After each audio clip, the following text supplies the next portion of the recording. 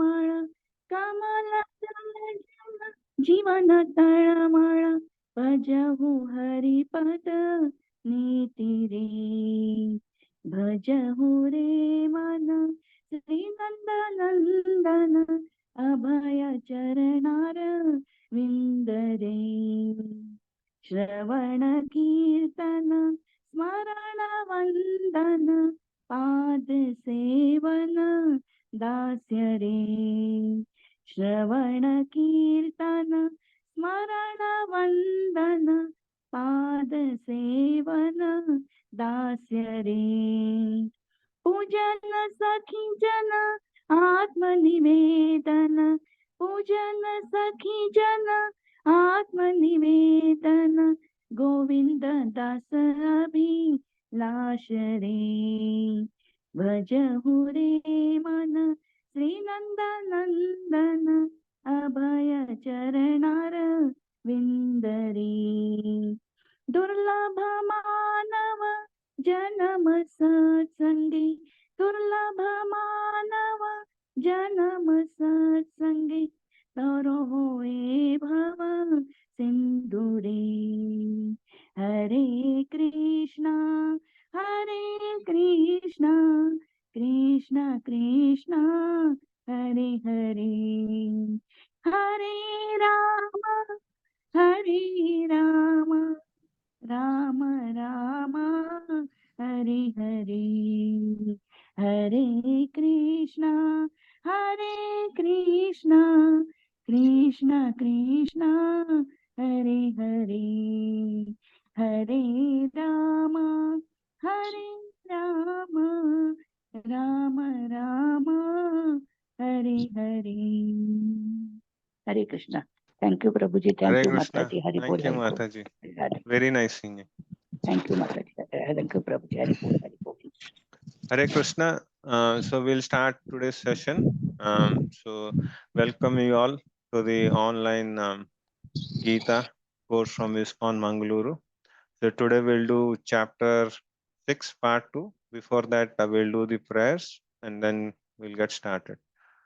Om Ajnanatimirandasya Jnananjanashalaakaya Chakshurunmilitam Yena Tasmai Shri Gurave Namaha Shri Chaitanya Manobhishtam Sthapitam Yena Bhutale Swayam Rupa Kadamahyam Dadati Swapadankitam Vandeham Shri Guru Shri Utapadakamalam Shri Gurun Vaishnavascha Shri Rupam Sagarajatam Sahagana Raghunathanvitam Tam Sajivam Sadvaitam Savadutam Parijanasahitam Shri Krishna Chaitanya Devam Shri Radha Krishna Padan Sahagana Shri Lalita Vishakhanvitamscha He Krishna Karuna Sindhu Dinabandhu Jagatpate Gopesha Gopika Kanta Radha Kanta Namastate Tapta Kanchana Gaurangi Sri Radhe Vrindeshwari Vrishabhanu Devi Pranamami Hari Priye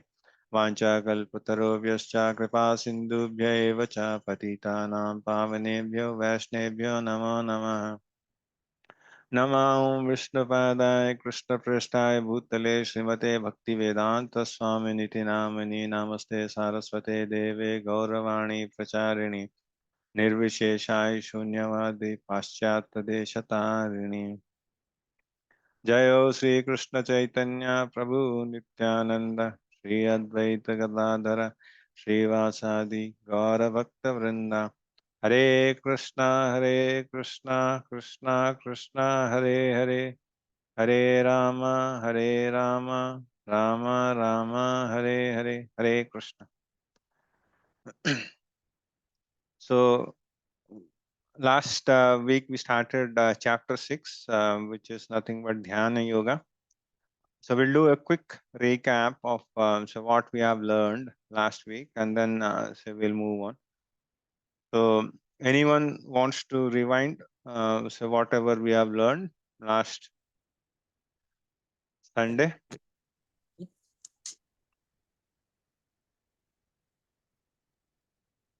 Okay, go ahead, Pankaj Prabhu. Hare Krishna.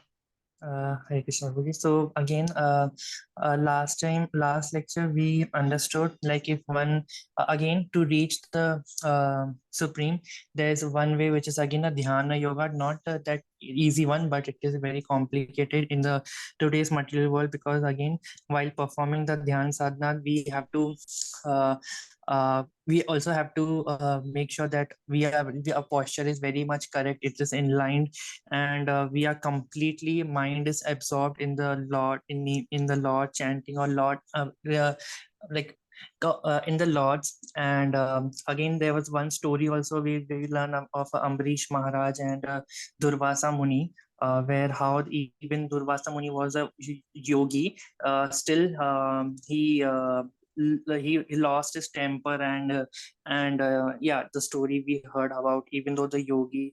So yeah, Prabhuji, one of the things we learned last lecture. Hare Krishna, Hare Bol. Hare Krishna. Thank you, Prabhuji. Anyone wants to add anything? Any other points? So you all can also add anything you remember.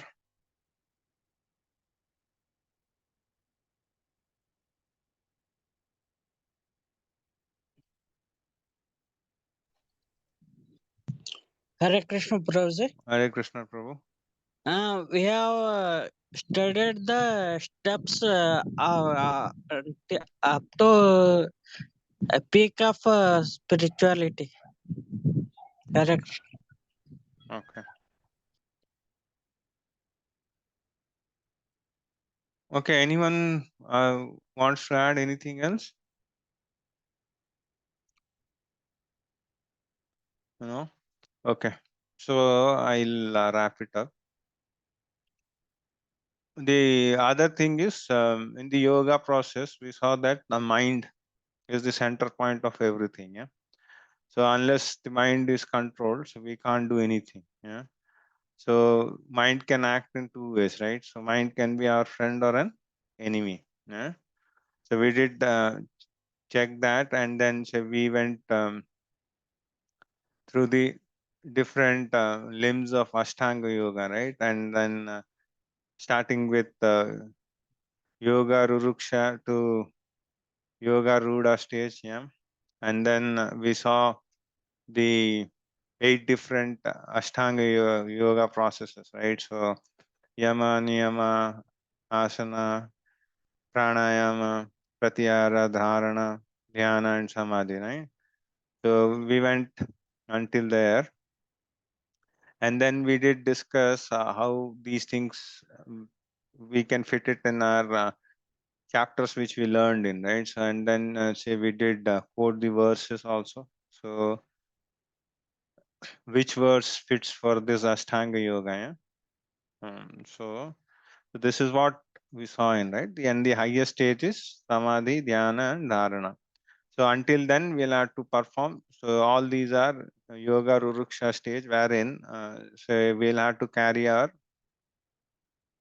material or the karma yoga. So wherein nishkam karma yoga.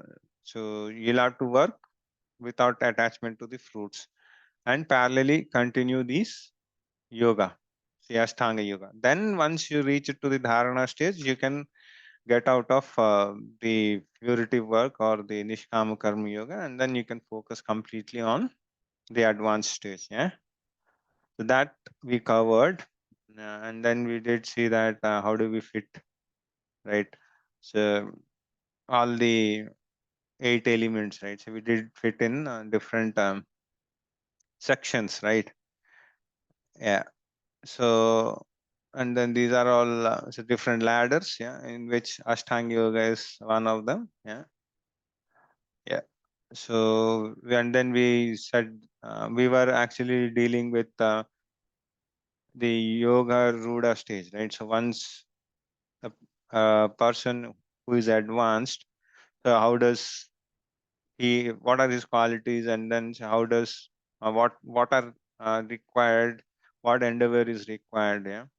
And say how do we foresee people, and all those things will come now. And then this was one of the last shloka which we saw, right?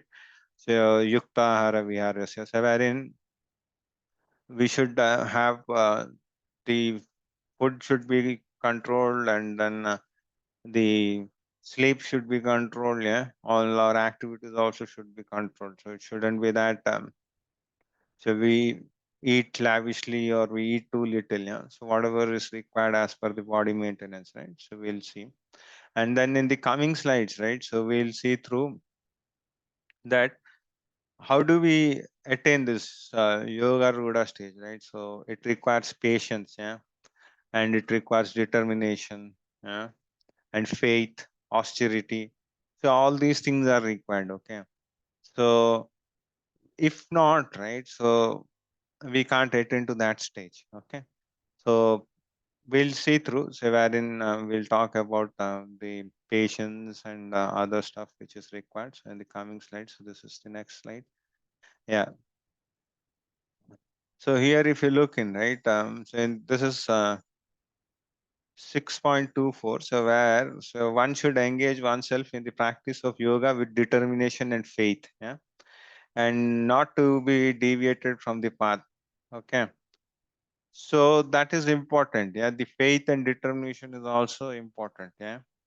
And here again, it is being said that gradually, step by step, one should become situated in trance by means of intelligence sustained by full conviction. So it takes time. So it is not that it will happen overnight. Yeah, and say from wherever the mind wanders, right? So due to its flickering, because mind is always like a monkey. Yeah. So wherever it goes, right? So it is our job that we again control it and then bring it back. Okay. So these are all the advanced stages. Yeah.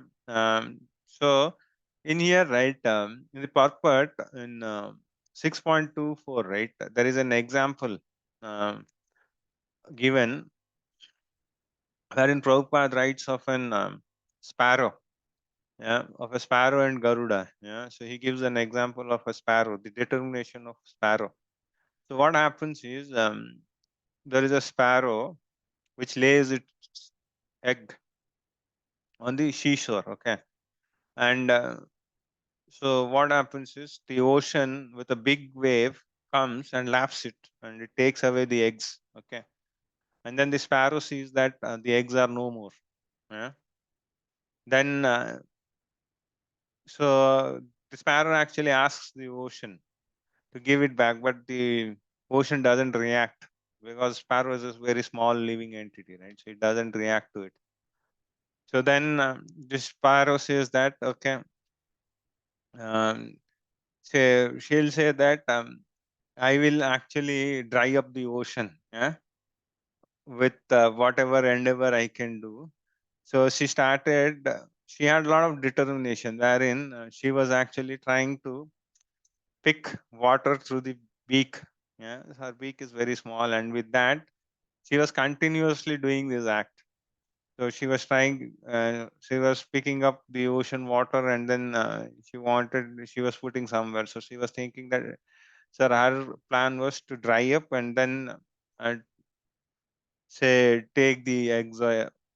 So this thing, the whole bird community got to know, and then this information went to Garuda. So Garuda was very pleased by looking at her determination. Yeah, and then he came because it's a sister bird, right? So he came in, and then he actually then he spoke to the ocean. He said that if he's not going to return the eggs, right, then he'll start actioning it. Okay. So with that word from Garuda, right, the ocean bought the eggs and gave it to the sparrow. So that's the determination story which is being given. Okay. So though she was very small, right, and then she had she didn't deviate, yeah, and then she had a lot of determination. So even others laughed at her, right? She didn't quit. So similarly, during this Ashtanga yoga, right, there'll be a lot of places where the patience and determination would be tested, yeah, and then so if if we are actually moving ahead without any deviation, then only we can move ahead into the other stages, or else we'll fall down. Yeah. And then she had, yeah, so that's one thing, so which we covered in, right? So the other thing is about this flickering mind, right? So here again, so this diagram is there, right? So here, the one who controls the senses is called Goswami. Okay.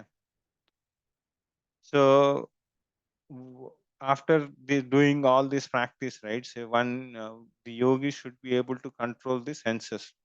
So those who control the senses are called Goswamis. Okay. So the actual thing is everyone should do that. Yeah. But if we can't do, right? If it is the reverse way, right?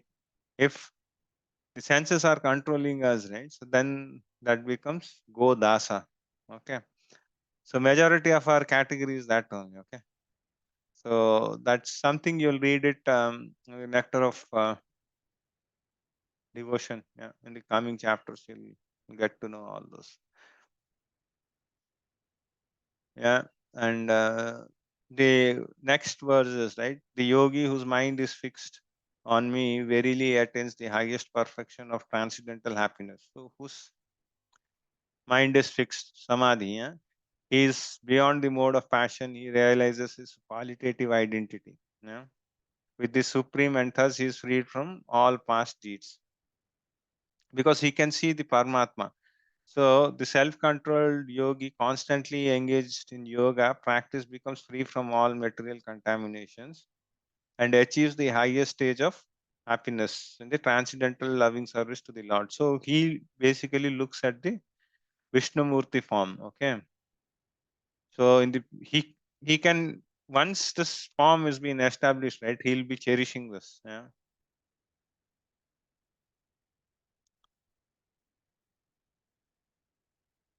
A true yogi observes me in all beings and also sees every being in me. Yeah. So indeed, the self-realized person sees me, the same Supreme Lord, everywhere, because he knows, right, what is his identity, and then so what is Lord's identity, and the Lord is present as Paramatma in every living entity, right? So he treats everyone as equal. So this we saw in the last chapter, right? So in fourth chapter we saw, right? And this one, Vidya Vinaya Sampanne. Yeah. So there also, right? So, a liberated soul looks everyone, treats everyone equally. Yeah. And for one who sees me everywhere and sees everything in me, I am never lost, nor he is lost for me. So, like in this stage, right? So wherein, say, in the yogi is able to see the Paramatma form, right? So in that stage, right? So he will not deviate. So he'll feel the presence of the Lord, and then he'll be getting the bliss or happiness internally, right? So he's very happy. He is happy within himself, yeah, because he is able to connect with the Lord, yeah. So in the Paramatma form. So in the same way, so when he is doing such an endeavor, right, in reciprocation also, the Lord continues, unless we do some misgivings there. Yeah. So we'll see the next slide, what is there in it. Yeah. Such a yogi who engages in the worshipful service of the super soul, knowing that I am the super soul or one, remains in me in all circumstances. So that is more or less the same thing. It's an extension of what we saw, right? So just in 6.30. And in 6.32, it is being said that he is a perfect yogi who, by comparison to his own self, sees the true equality of all beings in both their happiness and distress. So, like here, right? If he sees everyone as equal, yeah. He sees living, dead, yeah, because he's looking at the Paramatma. Yeah. So these qualities we did see in the chapter 4 also, right? So the transcendental knowledge. Yeah. So Ashtanga Yoga is again addition, right, on top of it. So there is no happiness. So having one experiences the consciousness, right? So then he gives up the happiness. So for him, everything is same. So like a friend or an enemy, right? It doesn't matter to him. So all look alike to him. Yeah. So now an interesting mode will come in. Okay. So wherein Arjuna listened the whole process. Okay. And then all the Ashtanga yoga process, and then how do an yogi has to go to a secluded place. Yeah. And then he has to sit on a kusha grass. Yeah. And there he should meditate. Yeah. And then all these categories, right? It starts with, it goes through 8 processes, and then while doing the yoga process also you have to do nishkam karma yoga. Yeah. So he went through all these things. Now he questions Krishna. He says that Ashtanga yoga is very difficult. He says that at least for him, 5,000 years ago itself, he says that the process which you have told, right, is very difficult. And say to actually follow it, right, it's very difficult. So Arjuna, who is one of the great warriors at that time, and then he actually won many wars with the devatas also, and then he got benedictions from them. So such a elevated soul, he himself finds this process very difficult. Yeah, and then he'll clarify with Krishna. So coming the next verses are those things. Okay. So necessity of controlling the turbulent mind. Yeah. So these are the things which we'll cover. All the control of mind is undoubtedly a great a difficult process. Nevertheless, control of mind is essential and obtainable only by constant practice and detachment. So these things we'll see in detail now. So this is Arjuna, right? So who was having such a sharp, what do you say, meditation, or say he had, say he could actually pierce the bird's eye, right? So such a great concentration he had. So in the war field and everywhere. So he himself says that it's not possible. Yeah. So here he says, Arjuna asks Krishna, O Madhusudana, the system of yoga which you have summarized appears impractical and unendurable to me, for the mind is restless and unsteady. Yeah. He says that it's very impractical, and that too in the age of Kali, right? It is still more impractical. Yeah. So because in even if you compare the span of lifespan also, right? Our lifespans are very small. Yeah. So at that time, even they had longevity of their life. Yeah. And there was a lot of peace and harmony at that time. But now, if you look in, right, say first thing is we'll not get a place to do that, and even we'll not get so much time also. Yeah. And our duration is less. The responsibilities which we'll have to carry out, right, for the family and all those things. So we'll not have such a time which Arjuna had. Yeah. So this is what is being covered. Yeah. So in Kali Yuga, right, struggle for life, and it's very short duration, right? So in Kali Yuga, people don't listen, right? So if you tell them say, about self-realization and God realization, right? So there are very, very few souls who actually get connect and then understand it.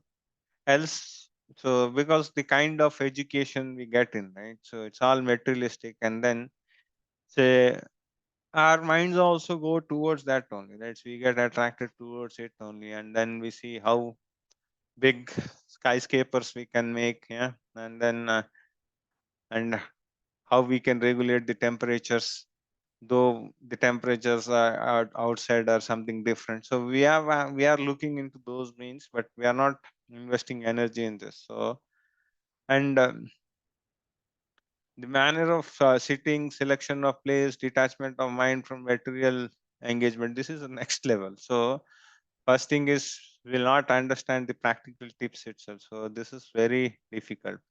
And then Arjuna, as compared to men of Kali Yuga, right? So he belongs to a royal family, okay?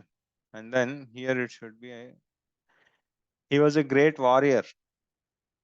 That's what we spoke, right? And then he had longevity in the age. Yeah, so he can he could live more than us, and above all, he was intimate friend of Lord Krishna. Okay, so he had all these qualifications. Okay, in spite of that, he says that it's not possible. Yeah? And say there is another comment which is made in the purport about the yoga classes or the yoga schools which we have in these days, right? So they are all actually ignorant. Yeah. So that's what has been mentioned. So it is only an imitation, and then it is full of ignorance of the desired goal. Yeah. So next, say Arjuna asks, because yoga is all about mind, right? So he asks a question related to mind now. Okay.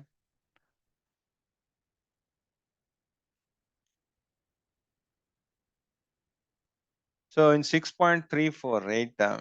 Say Arjuna asks, Chanchalam hi mana Krishna pramathi balvadridam tashyam nigraham manye vayur eva suduskaram. So here he's saying that mind is very flickery, and then we can't control it. Yeah? So it is very difficult to control the mind. Yeah? So it moves at the speed, yeah, and at the speed of wind, and it is more difficult to control the mind than the wind. So Arjuna asks this question to Krishna. He says that mind is very turbulent, yeah, and say Chanchalam is very fast, yeah, and Pramati Balvad Dridam. So he's saying, and it is easy to control the wind than the mind. Yeah, this is a practical issue, right? So this is the question which is being put, and then we'll see what Lord Krishna answers. Yeah. So herein, so Arjuna says, for the mind is restless, yeah, turbulent, obstinate, and very strong. Oh Krishna, and to subdue it, I think it is more difficult than controlling the wind. Okay, this is what he says. Yeah? So for a man in the practical world who has to fight so many opposing elements, it is very difficult to control the mind. So we are hooked up with so many things, yeah? And controlling the mind is very difficult. Yeah, and say artificially, say we may think, okay, say I look both the enemies and friends as same, yeah, until it comes internally, right? It's not that easy, yeah. But ultimately, no worldly man can do so. So it's very difficult. For this is more difficult than controlling the wind, he says, yeah. And then in this purport, the Prabhupada writes it. So the only way or the easiest way for the Kali Yuga people, right, is to actually chant and control the senses, the mind. Yeah. So do not allow the mind to indulge into other things. Yeah. So if we always think of Krishna, or how do we do service to Krishna, or if we chant, right, the mind has some work, right? The moment you don't give any work to the mind, right, it will actually pull us towards Maya. Yeah. So two things, right? Either you serve Krishna or you serve Maya. The moment you leave the mind, it will go and then search at for Maya. Yeah. And then here also the same example is being given, right? So which we saw in the chapter 2 also. So like the analogy, so the mind as driving instrument of a chariot. Yeah. So here the horses represent our different senses. Yeah. Nose, eyes, mouth, ears, touch, all these things. And then this chariot is nothing but the body, and we are the passenger. Yeah. The mind is the controller. So this is the instrument for driving. Okay. And intelligence is the controller. So everything should be done by intelligence. But the problem is this guy takes up. Okay. It's like you're sitting in a car. Okay. And then, so you tell, so you are here, right? And then you tell the driver, say, let's go to an temple. Okay. So this driver, what he does is he takes you to a shopping mall instead of taking you to a temple. Okay. And then he'll say like every day you go to the temple, so one day you should go and then see this mall, right? You should go. There will be so many needful things which you can buy in, and then later on we can go to the shopping mall, or we can go to the temple. Is what the driver can tell. Okay. So if we follow him, right? Okay, he's saying whatever he's saying, right? There is a fact also. Yeah, it's been a long time. I've not been there, and then so I can spend 15-20 minutes, and then maybe I'll see the temple, right? And then the moment this guy takes you to the mall, right, you're lost there, and then you end up 4 or 5 hours there, and then the temple time is gone. Yeah. And then had it been that you have not listen to his advice, and then if you dictate, right, so this intelligent dictates, this guy says that no, you take me the temple, so you follow what I say. Yeah. In that case things would be set right. So this is just an example. So,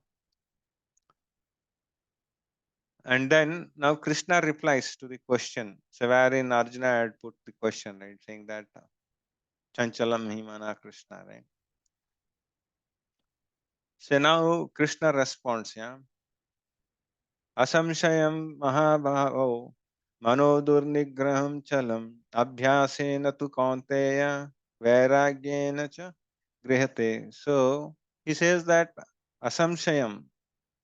So he says that yes, he do agrees that it is very, mind is very durnigram chalam. So it is very flickery, right?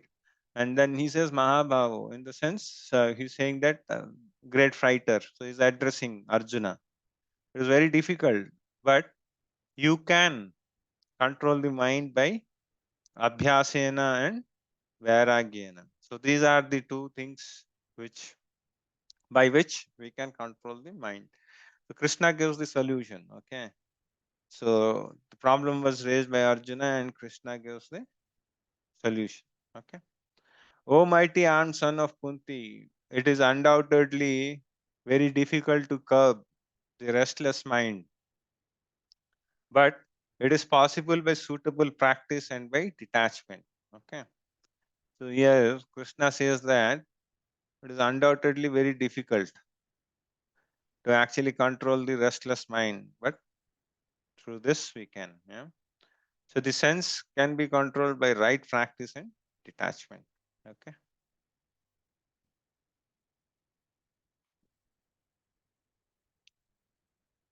So what are the recommendations, right?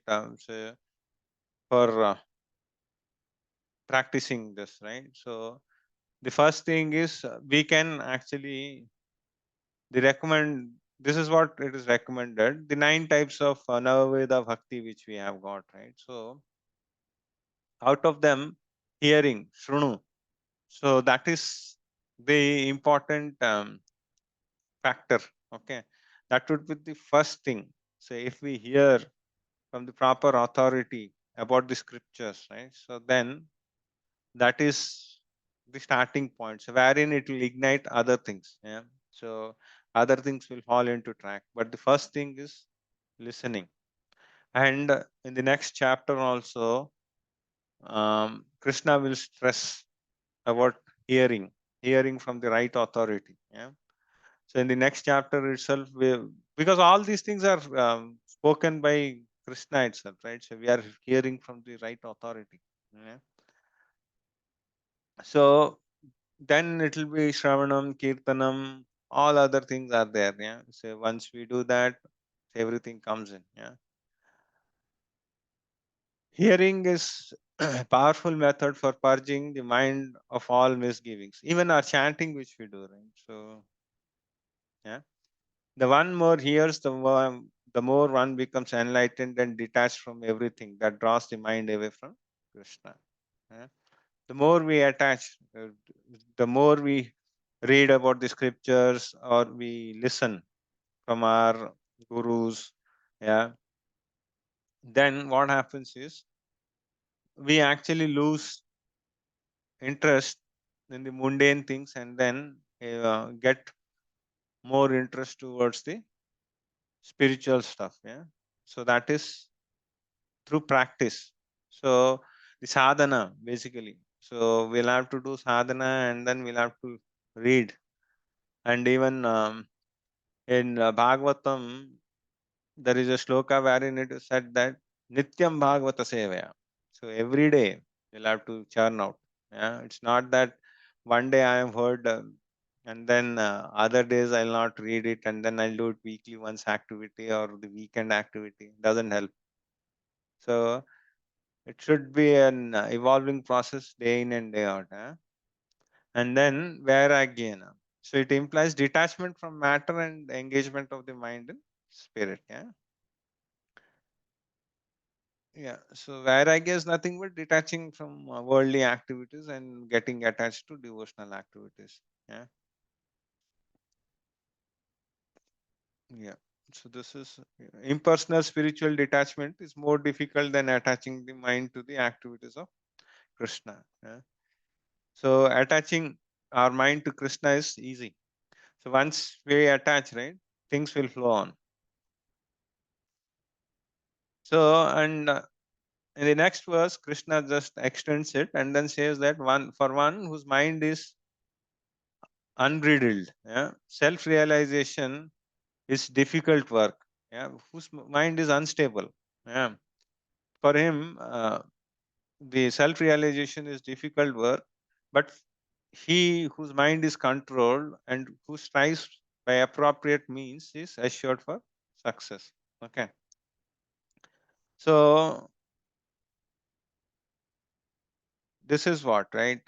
In this, right, if you're actually say this is fire, right, and then if the fire is there, right, if you ignite with some camphor or something, so you add some useful stuff wherein the fire can grow more, so then that is good. Okay, else if you are unstable, right, for one whose mind is unstable, it is like you're doing a good activity here and the reverse side, say like you're doing you're chanting and the other side you're actually not following the 4 regulative principles. Yeah, so it is like one side you're lighting the fire and the other side you're pouring the water. What will happen? Smoke will come out, right? So trying to practice yoga while engaging the mind in material enjoyment is like trying to ignite a fire while pouring water on it. Yeah, so that is being said. So when you're practicing yoga, yeah, and then you want to enjoy the material life also, right?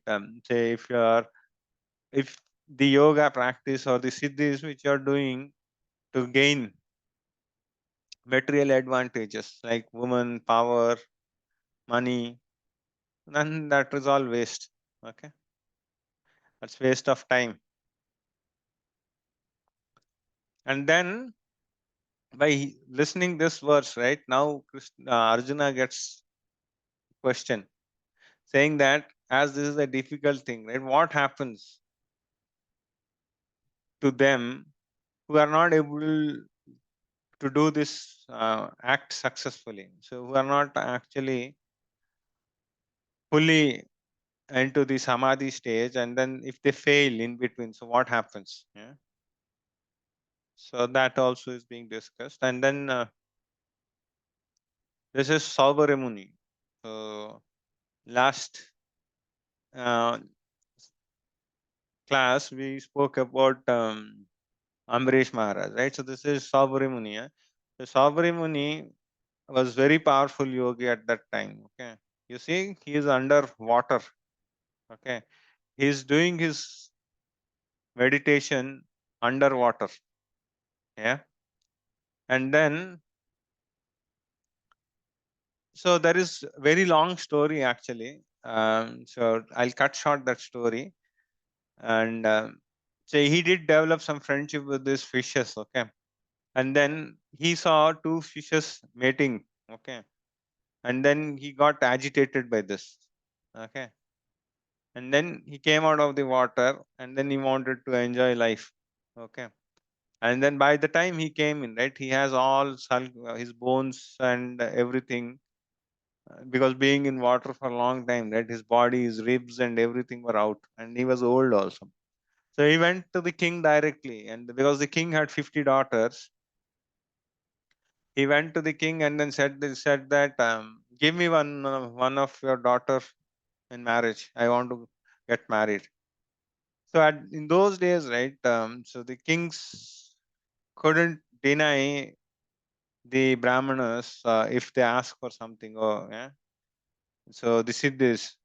So he said, okay, the yogis. So what the king thought is he did played a trick wherein he said, so you can go to my princesses' palaces, and then if any one of them will choose you, right, you can marry her. So because he was old and then his ribs and everything were out, right? So he was swollen. So he was looking very ugly. So the king knew that okay, nobody is going to marry him, and then he'll go. So Sabarmuni is learned man, right? So he understood. Okay, so the king is very intelligent. So what did he do? So he actually turned himself. He was very powerful yogi. So he turned himself with a very bright young princess. Okay, with all the opulences, with gold, all the riches, everything. So he changed from an old man to a very young prince, fully loaded with all opulences. And then he went, so he married all 50. So all 50 were ready to marry.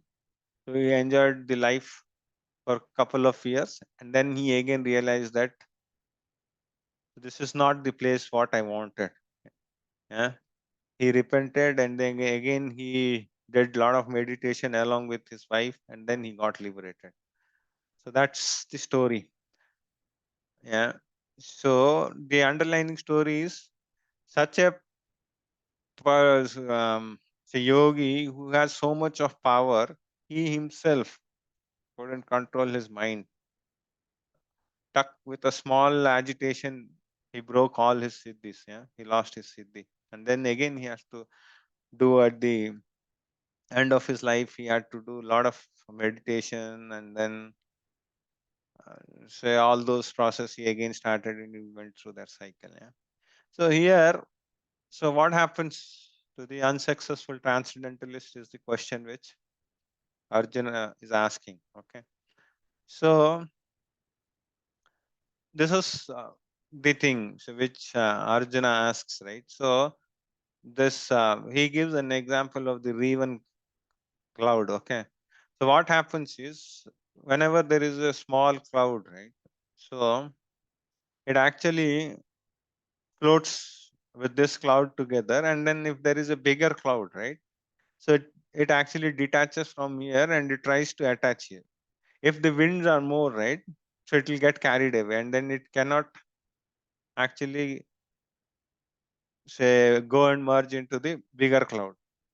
So this is nothing but what happens if someone is neither spiritual, so he's not enjoying the spiritual life, nor he didn't enjoy the material life also, right? He's in midway because he couldn't finish everything. So what happens?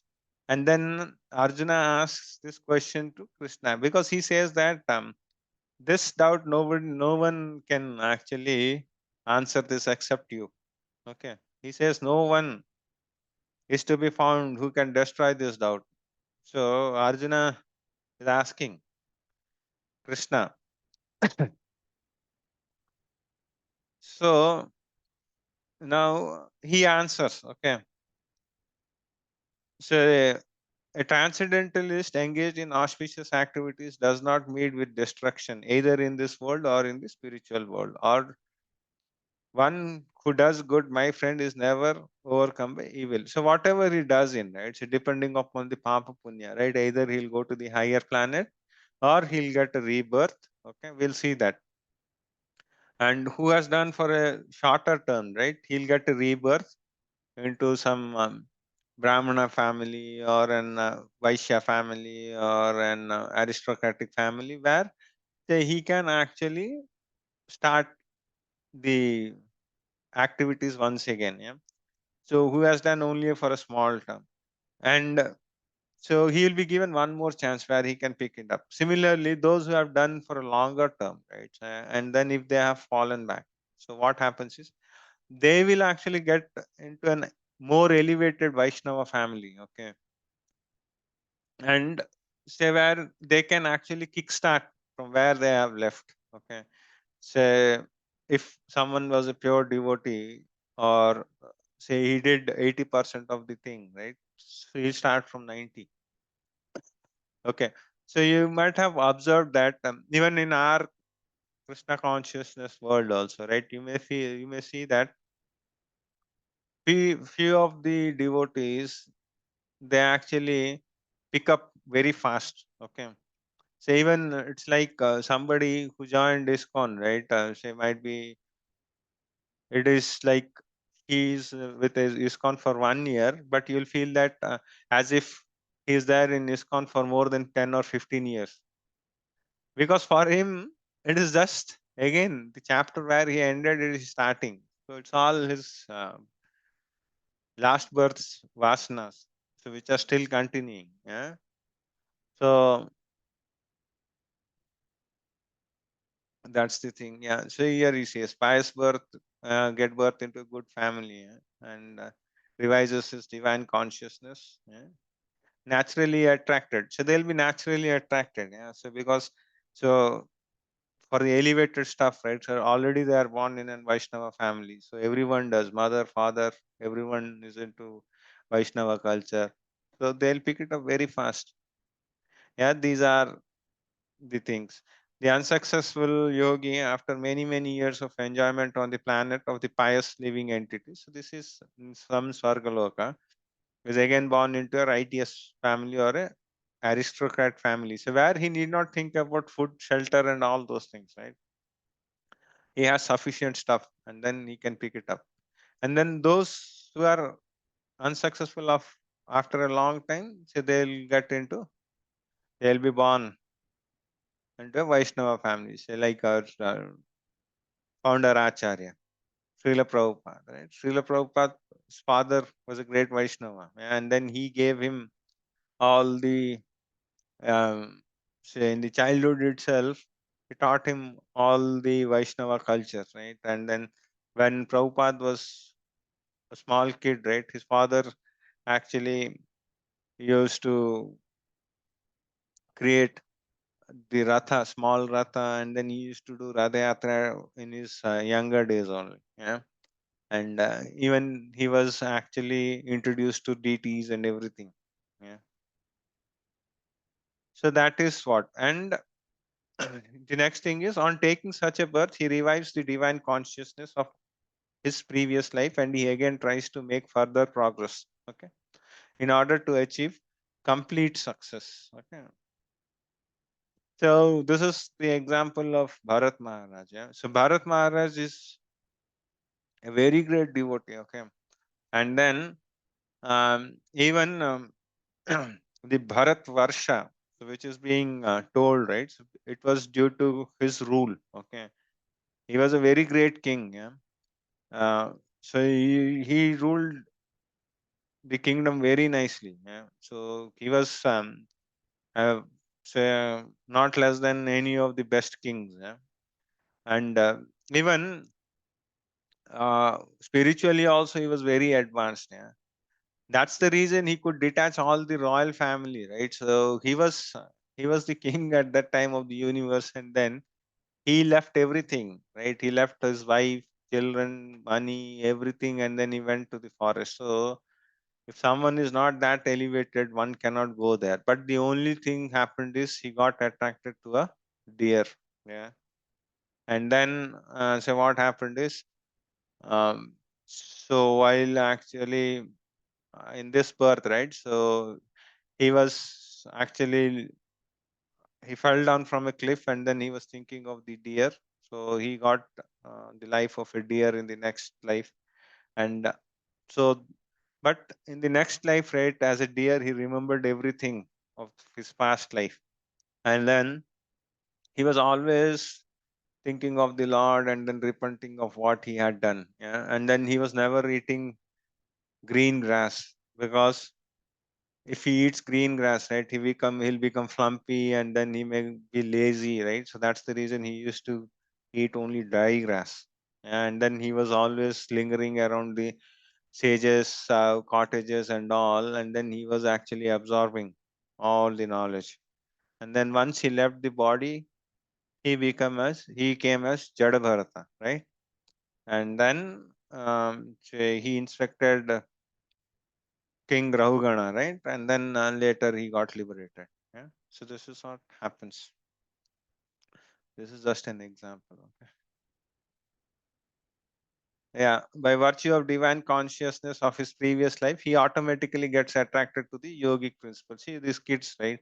These kids might be some yogis in their previous janma. And then there are, if you see, right, there are few kids who remember say even Upanishads and everything, right? So there will be a lot of instances where you might have seen that 4-year-old or 5-year-old actually tells the whole Upanishads. How it's not possible him to feed by in this 3 years or 2 years. It was something which is from his past life, yeah. And when the yogis engage himself with sincere endeavor in making further progress, being washed of all contamination, then ultimately achieving perfection after many, many births of practice, he attains the supreme goal. Okay. So this is Bahunam Janmanam Ante. Yes, this also will come in. And this is, we are getting towards the end of this chapter, so wherein who is the topmost yogi. Okay. So after describing all these things, right? So and clarifying the doubts of Arjuna, now he actually Krishna gives the hint for the next chapter. Yeah. So wherein we know that every chapter he gives a connection, right? Here he says that yogis are greater than empiricists, purity workers, and ascetics. Yeah. So he say, and he'll define who is that yogi also. Okay. Of all yogis, those who with full faith always think of Krishna. Okay, this is nothing but he is slowly pulling into Bhakti Yoga. Yeah. So there are different types of yogis, we know, right? So Karma Yoga for purity workers. Yeah. So the philosophical. So empiritics is nothing but the philosophical ones, right? So those are Gyanis. Yeah, this is Karma Yogis. And this is Tapa. It's nothing but Ashtanga Yoga. Above all, right, of all these yogi, Krishna says that who always thinks of me and renders transcendental loving service. This is nothing but bhakti. Yeah. So we'll see. So slowly we drag us into bhakti yoga. Say a yogi is greater than, and yeah, this is what we went through, right? So this is 5.46. He says that a yogi is greater than ascetic, greater than empiricist, and greater than purity worker. Yeah. Oh Arjuna, in all circumstances, be a yogi. He says that you'll have to be an yogi, so is greater than all these three. So this is the stuff, yeah. So these is nothing but the Gyanis, Karmis, and then this is Ashtanga yogis, yeah. So yoga is nothing but the way we want to link to the Lord, right? So the one who does it with puritative activities is Karma yoga, yeah. With philosophical jnana, with bhakti, this is devotional yoga. And then this is important, yeah.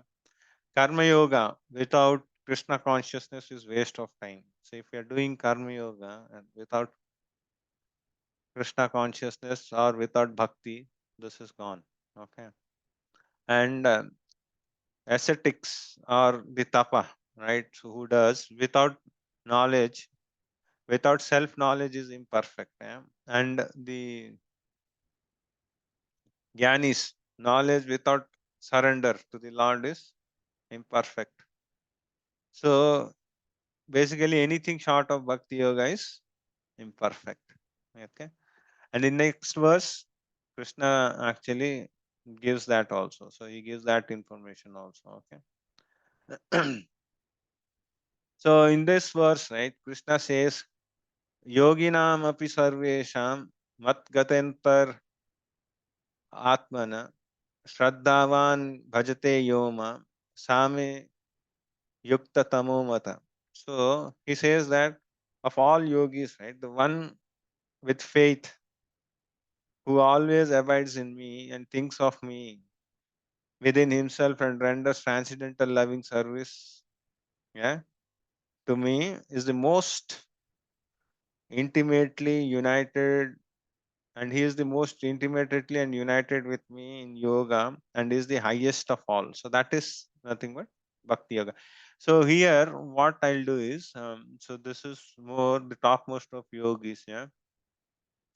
So this is more, it is covered. We'll just actually look into the purport. So the purport is very beautifully written. Yeah. Let's see. Prabhupada has given this purport very nicely. Yeah. He has written very nice things here. Okay. So this you can read it at your leisure, right? In this verse, the bhajante, yeah. Therefore, bhajanti is applicable to the Supreme Lord only, whereas worship is applied to demigods. Yeah, only the fools and rascals deride the Supreme Lord of Godhead is Krishna. This you read. Yeah, this is important. You see, right? He has written so beautiful verse here. Yeah, the culmination of all kinds of yoga practice lies in bhakti yoga. Yeah, this is the ultimate. All other yogas are but means to come to the point of bhakti in bhakti yoga. So whatever we do, right, all other yogas, we are trying to come to bhakti, to the stage of bhakti wherein we'll start this bhakti yoga. Okay. So yoga means bhakti yoga. This is what the Lord clarifies here. Okay. All others are progressions. So in the rungs, right? So we did see, right, in the ladders, everything, all others are actually going towards the topmost rung, which is nothing but Bhakti Yoga, right? All other are progression towards the destination of Bhakti Yoga. From the beginning of Karma Yoga to the end of Bhakti Yoga is a long way to self-realize. So this is the example where you go by stairs or you go by the elevator. Yeah. So Karma Yoga without figurative result is the beginning of this path. Okay. This path starts with Karma Yoga without any Nishkama Karma Yoga. Yeah. And then Karma Yoga when it increases, right, Nishkama Karma Yoga, in knowledge and renunciation, then that is called Jnana Yoga. And when Jnana Yoga increases in meditation on Super Soul, that becomes Ashtanga Yoga. And doing Ashtanga Yoga, what happens? You'll come to a point where you'll know that the Supreme Personality of Godhead. So you'll actually see Him, right? And then this is called Bhakti Yoga, which is the final one. So one who crosses this stage, he'll go to Bhakti Yoga. So this is the ultimate goal. Bhakti Yoga is the ultimate goal. Okay. So this is what I wanted to share with you. Yeah. So Bhakti means devotional service to the Lord, which is free from desire of material profit, either in this life or in the next life. Yeah. So it's not that we only do Bhakti here. Yeah. So even after we leave the body, right? So we are there to serve the Lord. Yeah. So wherever we go, say whether if we go to Vaikuntha, we go to say to the Krishna Loka, yeah, wherever we go. So we are always his servants, and then our job is to serve him. Okay. Hare Krishna. So we completed chapter 6. So if anyone has any doubts, we can go through. And Mataji has shared attendance link. So you can actually mark your attendance.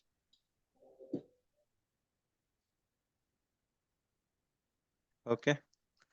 Mataji, how is Mataji is there? Mataji, quiz and all. Yeah, Prabhuji. So are we tracking? So, Yes, Prabhuji. I was just tracking yesterday, Prabhuji. Quiz, there's not so much attendance actually for quiz. We only have okay. like 4 or 5 devotees who are actually attending quiz on a regular basis, Okay. like chapter after chapter. Because now we are in chapter 6, right? Mataji. Yeah, a lot of people only have done chapter 1 or 2. That's it. Okay. So me and Nita Mataji thought of also announcing it in BV and doing it. Yeah, you can do in BV and then possibly post one message also, no, Mataji, because this is required. Yeah. So Prabhuji and Mataji, this is an requirement for our next level. Yeah. So without the quizzes, right? So without passing the quizzes, you cannot go to the next level. Yeah. So this is one of the criteria. So attendance and this quizzes are important. Yeah. Okay. Hare Krishna. Anyone has any questions?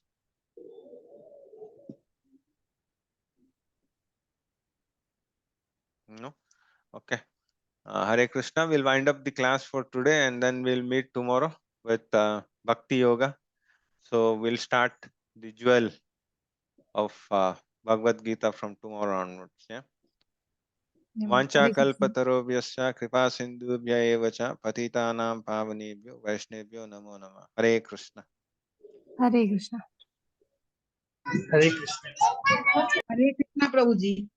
Hare Krishna. Hare Krishna, Prabhuji. Hare Krishna.